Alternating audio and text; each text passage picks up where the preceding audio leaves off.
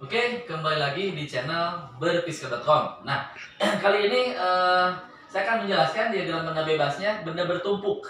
Nah, benda bertumpuk ini itu yang sering keluar di ujian, pasti keluar. Jadi setiap nomor 2 bab dinamika gerak pasti keluar benda bertumpuk. Ya, jadi ini seolah-olah kata bocoran lah ya, bocoran soal ujian ya. Oke. Nah, misalkan begini. Jadi ada sebuah balok yang agak besar di bawah gitu ya, masanya M ya. Nah, satu lagi di atas. Nah, misalkan M kecil. Nah, terus kemudian kita tarik ya oleh sebuah F ya. Di sini ada kayak gesek atau ini licin dulu boleh lah. Ini licin, oke. Nah, di sini ada mu S sama mu K. Mu S dan mu K di antara mereka ya, di antara mereka. Nah, pertanyaannya biasanya tentukan F minimal atau F-nya ya. Tentukan F agar benda bergerak bersama-sama gitu ya. Benda bergerak bersama-sama. Bergerak bersama-sama.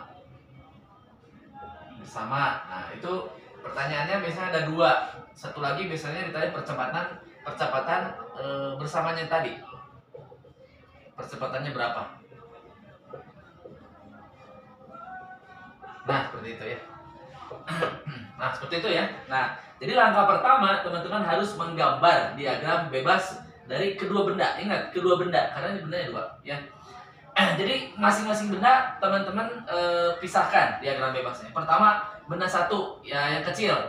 Ini 1 aja lah, 1 dan 2 gitu aja ya. Jadi yang pertama tulis benda 1. Oke, benda 1 yang kecil.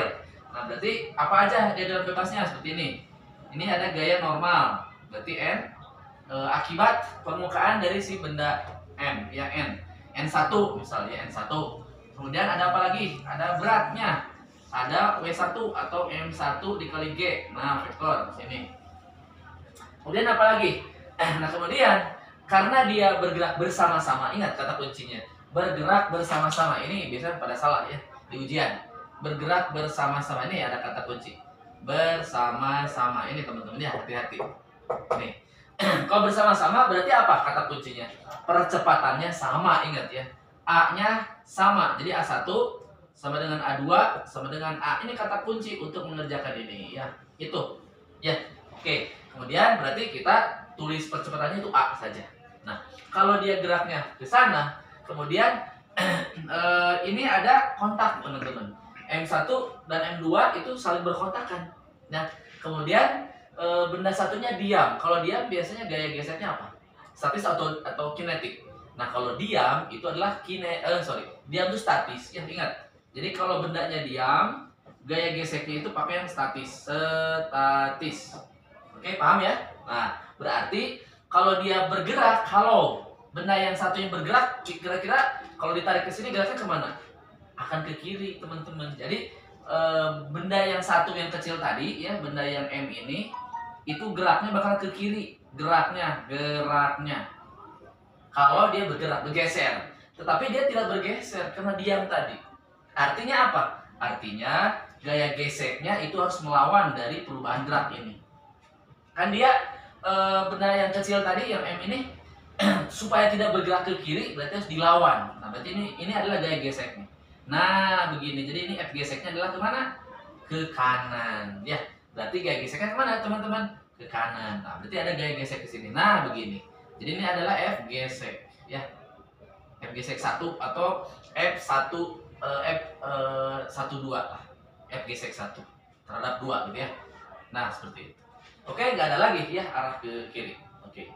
Nah, kemudian sekarang benda 2. Nah, benda 1 dulu. Dari benda 1 sebenarnya bisa kita lihat sigma fx sama dengan M1 dikali A karena ada bersama-sama. Berarti apa? Sigma fx-nya ada F gesek doang. F1 2 sama dengan langsung ya M1 dikali A. Nah, seperti itu dulu. Oke. Nah, sekarang benda 2. Nah, coba lihat benda 2. Benda 2 itu yang bawah, Nah, berarti apa aja? Ada gaya normal ke atas N2 ya. Gaya normal gara-gara lantai bidang ya. Kemudian ada M2G, oke. Kemudian ada F ya. Nah, kemudian ada apa lagi? Ini pasti salah. Gambarnya di benda 2 pasti salah semua. Oh, bukan salah semua, maaf. Pasti banyak yang salah. Ya. Kemudian tadi ada kalau benda saling berkontak itu adanya bakal ada gaya aksi reaksi kayak kemarin ya. Kalau kita menekan mendorong seseorang, pasti orang itu mendorong kita juga. Nah itu, jadi bakal ada aksi reaksi. Yang mana aksi reaksinya? Yang pertama adalah F gesek tadi, karena ini menggesek satu terhadap dua, nah duanya akan menggesek terhadap satu, melawan arahnya, kebalikan dari ini. Berarti kemana? Ke kiri. Nah ini F geseknya, berarti ini F12 aksen. Nah ini yang reaksinya. Kalau ini aksinya, ini reaksinya. Kemudian ada apa lagi? Karena ini bertumpuk, nah si N, nah ini gaya normal. Nah gaya normal ini kan gaya sentuh, gaya dorong dari permukaan. Nah jadi si permukaan 2 ngedorong ke M1, N1 namanya. Nah si N1, si M kecil itu kan didorong dari bawah, dia bakal ngedorong ke bawah. Apa reaksinya? Nah berarti ini ada N1 aksen gitu teman-teman. Ya, itu adalah penggambaran diagram benda bebasnya. Ya, jadi kalau nanti percepatannya bisa dapat dari sini atau kita lihat dari sini. Sigma fx yang kedua nih, M2A. Ini berarti apa? Ada F apa lagi? Min F12 sama dengan apa? M2A ya. Nah, karena di sumbu X benar doang. Nah, F12-nya masukin ini. Ya, jadi F-nya apa teman-teman? F-nya adalah min M1A sama dengan M2A. Nah, berarti apa F-nya? Sorry. Bentar. Nah, sebentar. Dari sini dulu. Dari sini itu apa? Mu S dikali M1 kalian normal ya, maaf. Kalian normal N1, sorry ya. N1, nah begitu. Si N1-nya pakai sigma fx. Sigma fx sama dengan 0. Berarti apa? Ada N1 sama dengan M1G. Nah, itu maksud saya. Nah, jadi ini kita ganti. Jadi apa? Mu S dikali M1G sama dengan M1A. Jadi apa? Jadi ketemu percepatannya apa? Percepatannya adalah apa teman-teman? Mu S dikali G ya. Mu S dikali M saja kan coret. Nah, seperti ini. Jadi percepatannya didapat ya dari persamaan satu. Kemudian nanti ini kita cari sigma fx ini. Jadi ada F min fs sama dengan M2A. Oke. Berarti F sama dengan fs-nya apa? Mu S dikali M tadi M1G ya, ditambah M2 dikali mu S kali G. Nah ini. Jadi mu S-nya keluarin sama G. Nah, jadi M1 tambah M2 gitu ya. Nah, ini F-nya ya. Nah, seperti ini. Sudah selesai. Tapi intinya penggambarannya udah ini seperti ini ya. Penggambarannya sebentar lagi. Ya, ini penggambaran satu, oke. Satu lagi yang ini. Nah, ini selesai.